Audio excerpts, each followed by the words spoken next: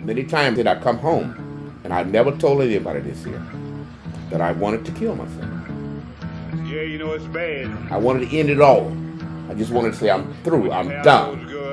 Because I didn't want to live no more like I was living. And they try to slip out I didn't want to go out there, the holes in my shoes ran over.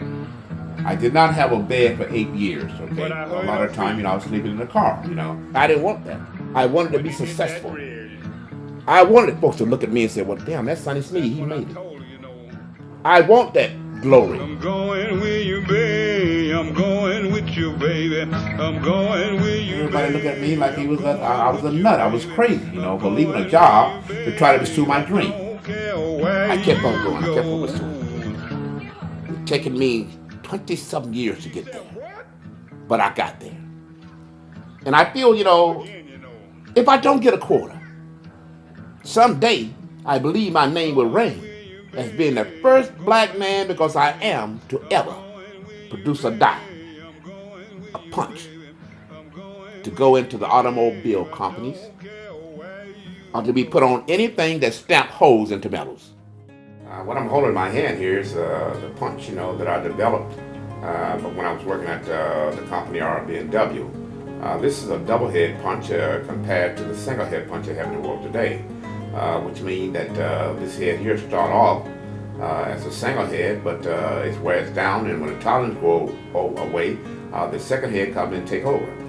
This punch here is used more to put holes into nuts. There's many different sizes of this punch here, okay? It punch holes into metals, all type of metals, that it punch holes into. And there's so many different sizes, this is just one here.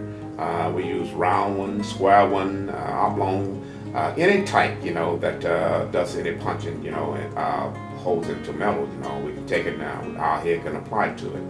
But I tell you what, this here punch is used to save the company a lot of money, because not only does it save money for saying keeping the machine run longer, but it does. It's also save the company as far as saying scrap. A lot of the time, the machines are running, and the whole run go out of tolerance. And a lot of the ones that run the machine, they doesn't know that, okay? Because the inspector that check the holes, he might be somewhere in the department, might come around later, and all of a sudden you done run a bunch of scrap out there, and doesn't know it, all of a sudden the scrap got to be, because scrap is run, the hole is no longer in tolerance, you got to turn around, you got to scrap the product, So I came with the idea of saying, that we would save the company money if the machine could run longer at the time, and also save the company about throwing away a lot of that product, which was scrap, okay? And so I started to come with the ideal, that if we had one could last, 2 or 3 times longer, the machine would operate much longer, okay, saving the company money.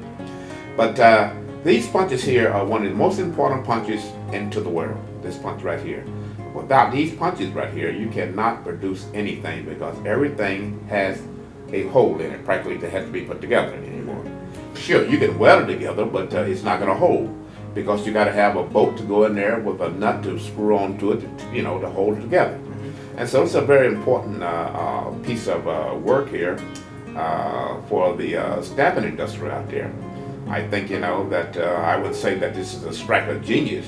It's just a plain common thing here, which was ideal. That's what I'm trying to instill to the young youth today. If you got an ideal, use it. Go forward with it. Do not stop. It might seem hard, and it will be hard, if you don't give yourself a chance, So, but it's taken me many years to perfect this here. There's a dream. Move forward. It's not easy. It's very hard. It's not an easy thing to do. That was said to me by Mr. Reese Taylor, my patent attorney. When I first got the patent, I said, well, I'm a millionaire. But I was so wrong. He said, Sonny, that's not the hard part yet. The hard part is getting to the market.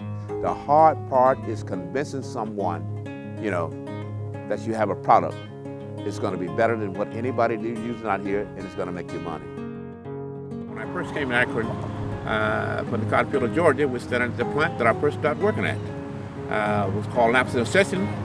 And they changed from Lamson & Session because R&B&W came in and bought it out.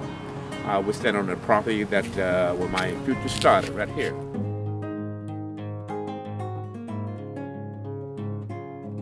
company, you know, they did not want me to have the tool that I revolutionized, you know, that I kind of fought with them a little bit about the tool, you know.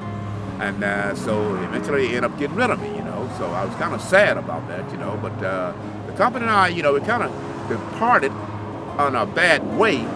But with my friends that work here, I did not part with them on a bad way, you know. I was one of the first to realize what he was trying to do.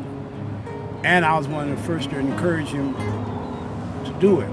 Because the money that had been offered him when he really needed money, it took a strong mind to turn it down, because a person or a company don't offer you hundreds of thousands of dollars if they don't know that they're going to get twice that much back. And that's why a lot of people called him a fool. Friends of mine that I know, he was a fool to turn down $250,000, but I take my hat off to, I don't know if I could have did it, but I take my hat off to him for doing it, you know. And I don't know many people that, well, poor people anyway, that can turn down $250,000 unless they really believe in what they're doing and what they had to offer, and he did. I take my hat off to him today. I hope I live long enough to see it all come true.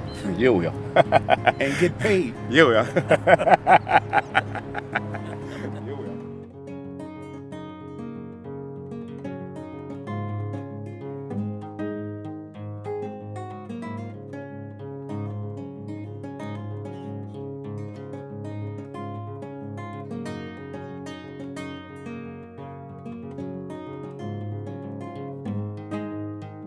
Sonny Sneed came from being homeless to look like somebody today, and I think I do as I got older.